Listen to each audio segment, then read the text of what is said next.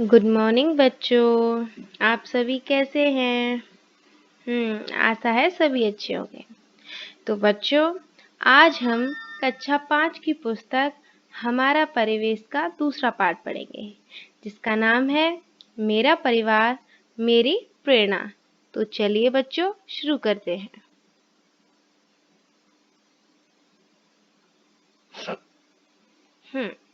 मेरा नाम अंजू है।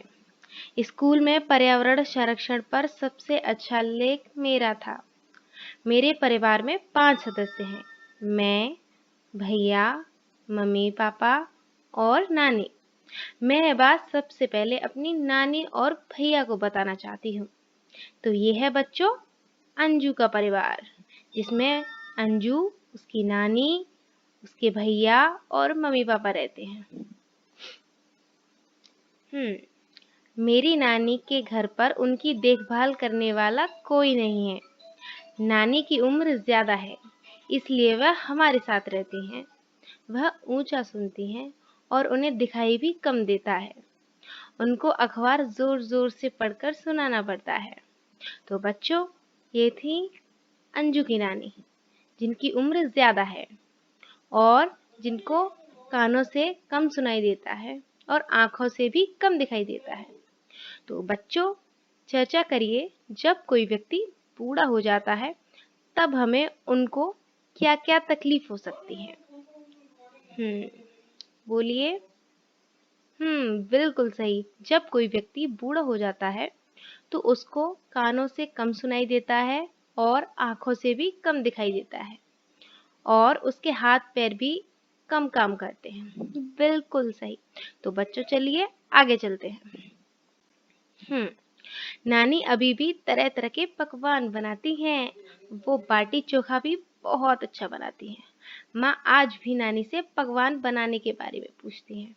सभी एक साथ मजे से रहते हैं। तो बच्चों, हमने जाना कि अंजू अपने परिवार के साथ मजे से रहती है और उसकी नानी पकवान बहुत अच्छे बनाती हैं। बच्चों, अंजू के भैया भी हैं, जिनका नाम है किशन। चलिए उनके बारे में भी जानते हैं। मेरे भैया किशन संगीत सिखाते हैं। बच्चे उनकी बहुत इज्जत करते हैं। भैया को दिखाई नहीं देता है, फिर भी वह अपने काम खुद करते हैं। भैया को पढ़ने का बहुत शौक है।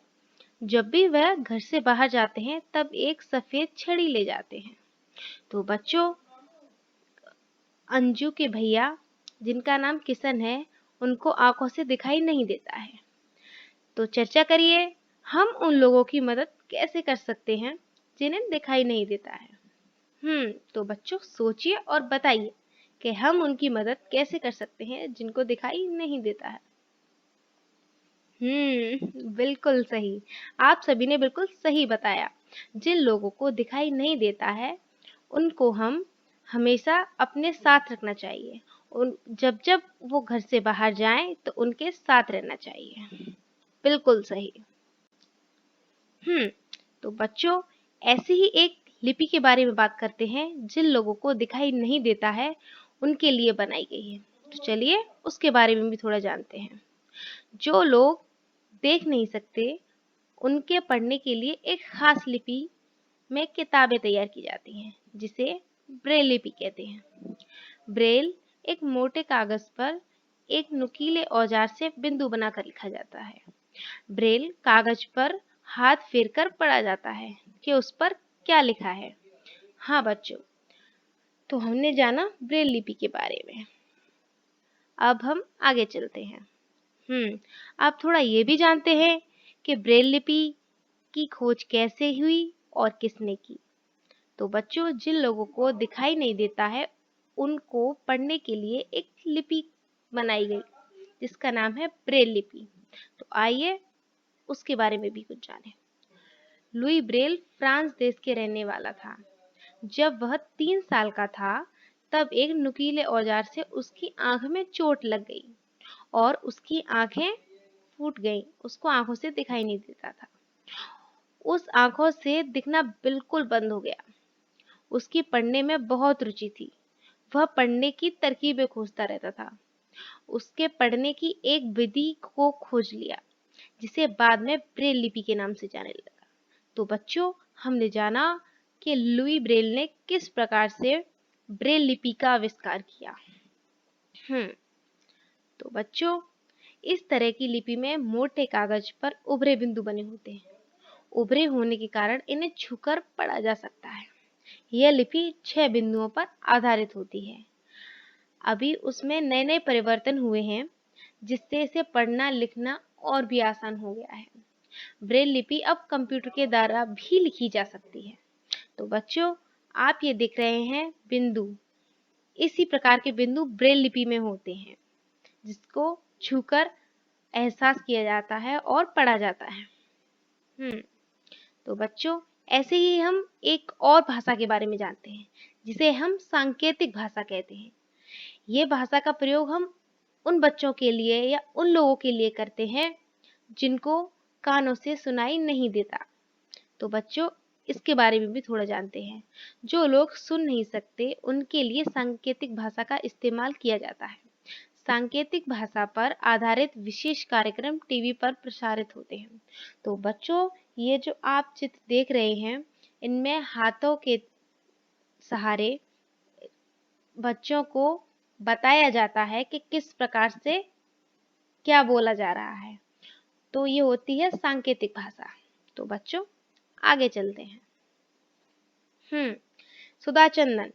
सुधा चंदन को भारतनाट्यम में प्रसिद्धि प्राप्त है। एक दुर्घटना के कारण उनका एक पैर काट दिया गया। कृत्रिम पैर की सहायता से नृत्य करके उन्होंने प्रसिद्धि प्राप्त की। नेक्स्ट, रविंद्र जैन को आंखों से दिखाई नहीं देता। उन्होंने बहुत सारी फिल्में और टीवी कार्यक्रमों में अपना संगीत दिया है। उनके अच्छे संगीत के लिए उन्हें पुरस्कार प्रदान किए गए हैं। नेक्स्ट, शरत गायकवाड़ का एक हाथ खराब है। उन्होंने तैराकी के क्षेत्र में भारत का नाम रोशन किया है। तो बच्चों, ये थे कुछ ऐसे लोग जिनको किसी को हाथों में प्रॉब्लम थी, किसी के पैर में प्रॉब्लम थी, लेकिन इन्होंने कभी हिम्मत नहीं हारी और अपने अपने क्षेत्र में प्रसिद्धि प्राप्त की।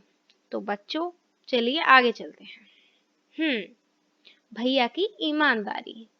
तो अब हम जानते हैं किशन भैया की ईमानदारी के बारे में। शाम को भैया हमें मेला घुमाने ले गए। मेले में हमने मुंबई की भेलपुरी भी खाई।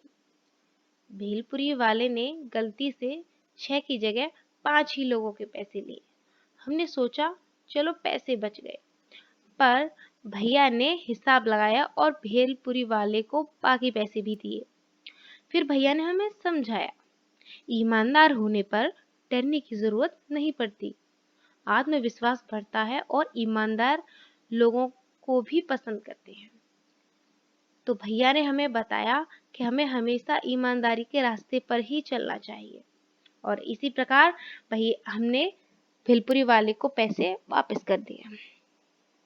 तो बच्चों,